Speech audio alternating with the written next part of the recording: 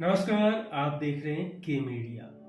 Deepika Padukone film Pathan के गाने बेशर्म रंग में बिकनी पहनकर विवाद में घिर गई हैं। उन पर भारतीय सभ्यता को खराब करने का आरोप लग रहा है। कारण है उनका गाने में ऑरेंज बिकनी पहनना और इस पर गाने के बोल होना बेशर्म रंग। दीपिका मॉडर्न बिकनी पहनने वाली बॉलीवुड या दुनिया की पहली एक्ट्रेस नहीं है। दुनिया में बिकनी का इतिहास 7600 साल पुराना है। साउथ अनाटोलिया वेस्टर्न एशिया की एक प्राचीन बस्ती में एक देवी की बिकनी जैसे कपड़े पहने एक पेंटिंग मिली थी। भारतीय फिल्मों में बिकनी पहनने वाली पहली एक्ट्रेस शर्मिला टैगोर थी। वहीं दुनिया की बात करें तो मॉडर्न बिकनी 5 जुलाई 1946 को इजाद हुई। इसके बनने का कनेक्शन वर्ल्ड वॉर II और उस समय आई तंगी से है। जब वर्ल्ड वॉर II के बाद सेना के पास पैसे नहीं बचे तो यूएस गवर्नमेंट ने स्विमवेयर में इस्तेमाल होने वाले फैब्रिक में 10% कटौती करने का फैसला किया। इस तरह आपदा में नया अवसर मिला और बिकनी बन गई।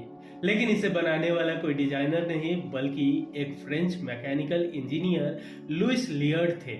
जब पहली मिस वर्ल्ड ने 1951 में क्राउनिंग के दौरान बिकनी पहनी तो खूब हंगामा हुआ और कई क्रिश्चियन देशों ने इसे बैन कर दिया।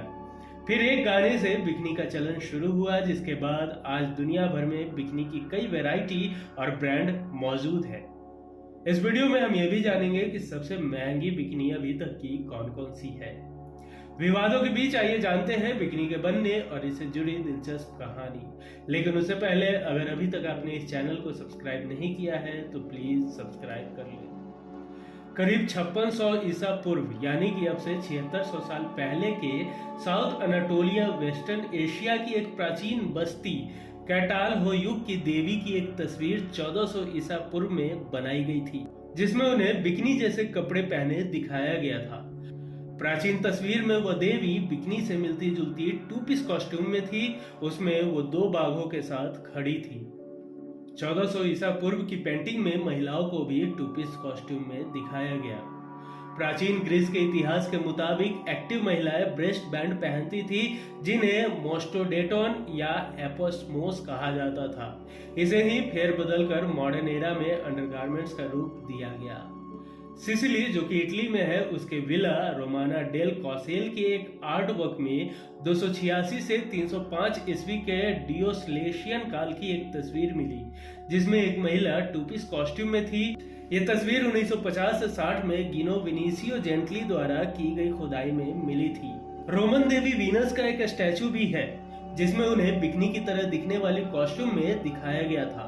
यह स्टैचू प्राचीन रोम में खुदाई के दौरान मिला था, जिसे 2000 में नेपल्स नेशनल आर्कियोलॉजिकल म्यूजियम में रखा गया था। अगर बात करें साहित्य की तो अगस्टस के समय के मशहूर कवि ओविड ने अपनी एक कविता में ब्रेस्ट बैंड और इसी तरह लपेटने वाले कपड़ों का जिक्र करते हुए कहा था कि यह लव लेटर छिपाने की अच्छी जगह है। हिस्पैनिया के लैटिन कवि मार्शल ने 86 से 103 ईस्वी के बीच पब्लिश हुए अपने एक लेख में ऐसी एथलीट महिलाओं का जिक्र किया है जो बिकनी जैसे कपड़े पहनती थी। इसी लेख में ऐसी महिलाएं भी शामिल की गई जो बिकनी जैसे कपड़े पहनकर नहाती थी। 6ठी शताब्दी में बाइजेंटाइन साम्राज्य के राजा जस्टिनियन I थियोडोरा नाम की महिला को बिकनी जैसे कपड़े में देख उससे प्यार कर बैठे थे। प्राचीन रोमन महिलाओं द्वारा भी बिकनी जैसे कपड़े पहनने का जिक्र इतिहास में मिलता है। क्रिश्चियन सभ्यता में खुले में नहाने को बुरा समझा जाता था, जिसके चलते 18वीं सेंचुरी के आसपास वे लोग स्विमिंग कॉस्ट्यूम या बिकनी जैसी नजर आने वाली एक कॉस्ट्यूम पहनकर नहाती थी। उस समय बाथिंग गाउन टखनों तक पूरी बाहों वाला होता था, जिसे नहाते हुए महिलाओं का पूरा शरीर ढका रहे। 19वीं शताब्दी आते आते स्विम सूट की स्लीव्स छोटी होती चली गई और फिर इन्हें 19वीं शताब्दी के मध्य तक स्लीवलेस बनाया जाने लगा। 1907 में ऑस्ट्रेलियन स्विमर एनेट कैलरमैन को बॉस्टन में sleeveless body fitted swim wear पहनने पर गिरफ्तार कर लिया गया, जबकि इंग्लैंड और यूरोप में इस तरह की कॉस्ट्यूम पहनने पर कोई रोक टोक नहीं थी। 1912 में समर ओलंपिक की महिलाओं को स्विमिंग कंपटीशन में भागीदारी दी गई और स्विम वियर लाए गए। डिजाइनर कार्ल जेंटेजन ने 2 पीस स्विमर बनाए। 1915 में स्वेटर बनाने वाले जेंटेजन नीटिंग मिल्स ने स्विम सूट शब्द बनाया। इसी मिल्स ने red diving girl swim wear brand बनाई। 1916 में न्यूयॉर्क के मेडिसन स्क्वायर गार्डन में पहला सालाना बेदिंग सूट डे मनाया गया। ये एक बड़ा बदलाव साबित हुआ। पहले स्विमवेयर के साथ एक एप्रन इस्तेमाल किया जाता था, लेकिन 1918 तक इसका चलन बंद हो गया। 1933 की film flying down to Rio में पहली बार एक्ट्रेस डोलोरेस डेल रियो को टू पीस बेदिंग सूट में देखा गया। ये पहली बड़ी स्टार थी जिन्होंने स्क्रीन में इसे पहना था। 1930 आते आते नेकलाइन और स्लीव्स का मॉडर्नाइजेशन होने लगा। ऊन और आम कपड़ों की जगह स्विमसूट को नायलॉन और लेटेस्ट फैब्रिक का बनाया जाने लगा। कुछ ऐसे बिकनी भी आए जिनमें पेट का हिस्सा खुला छोड़ा जाने लगा था। कोको शलेन और मेडेलाइन वायनेट ने इसे मॉडर्न बनाकर लॉन्च किया। 1932 की फुटलाइट परेड, 1934 की फैशन ऑफ और 1937 की द हरिकेन में बिकनी जैसी पोशाक देखी गई। दरअसल विश्व युद्ध 2 के दौरान यूएस गवर्नमेंट को वॉर में इस्तेमाल होने वाली चीजें बनाने के लिए बड़ी मात्रा में कॉटन, सिल्क, नायलॉन, ऊन, लेदर और रबर की जरूरत पड़ी। 1942 में युद्ध के दौरान वॉर प्रोडक्शन बोर्ड ने फाइबर फैब्रिक के इस्तेमाल पर रोक लगाई, जिससे इस कपड़े को वॉर में इस्तेमाल किया जा सके। सरकार ने महिलाओं के बीच वियर में लगने वाले फैब्रिक पर 10% कटौती की। कपड़े की कमी के चलते स्विम सूट बनाने वाली कंपनियां पेट की जगह लगने वाले कपड़े को हटाने लगी, जिसे मिडरिफ डिजाइन कहा गया। वर्ल्ड वॉर 2 खत्म होने के बाद फैब्रिक की कमी आ गई। कांस के फ्रेंच डिजाइनर जैकस हीम ने मिनिमम फैब्रिक वाली टू पीस ड्रेस बनाई, जिसे नाम दिया गया एटोम। इसमें पेट का कुछ हिस्सा ढका होता था। अब आइए जानते हैं कि आखिर कैसे बनी बिकनी। पेरिस में अपनी मां को लॉन्ड्री बिजनेस में मदद करने वाले French mechanical engineer Louis Reard ने पाया कि सेंट ट्रॉप्स बीच पर महिलाएं सन बाथ लेते हुए बेहतर टैनिंग पाने के लिए अपने कपड़े को मोड़ कर रखती है। इससे प्रेरित होकर लुइस ने एटम का एक्स्ट्रा फैब्रिक हटा दिया और टू पीस वाला ऐसा स्विमवियर बनाया जिसमें पेट का हिस्सा खुला होता हो और कम से कम जगह ढकी होती हो। स्ट्रिंग बिकनी बनाने में लुइस महज 4 ट्रायंगल फैब्रिक इस्तेमाल करते थे। पहली बिकनी न्यूज़पेपर प्रिंट की थी। जब लुइस ने प्रेस कॉन्फ्रेंस कर इसे लॉन्च करना चाहा, तो कोई भी मॉडल इतने छोटे कपड़े पहनने को राजी नहीं हुई। लुइस ने कैसीनो डे पेरिस की 19 साल की न्यूड डांसर मिशेलाइन बोनार्डिनी को पैसे देकर बिकनी पहनने को कहा।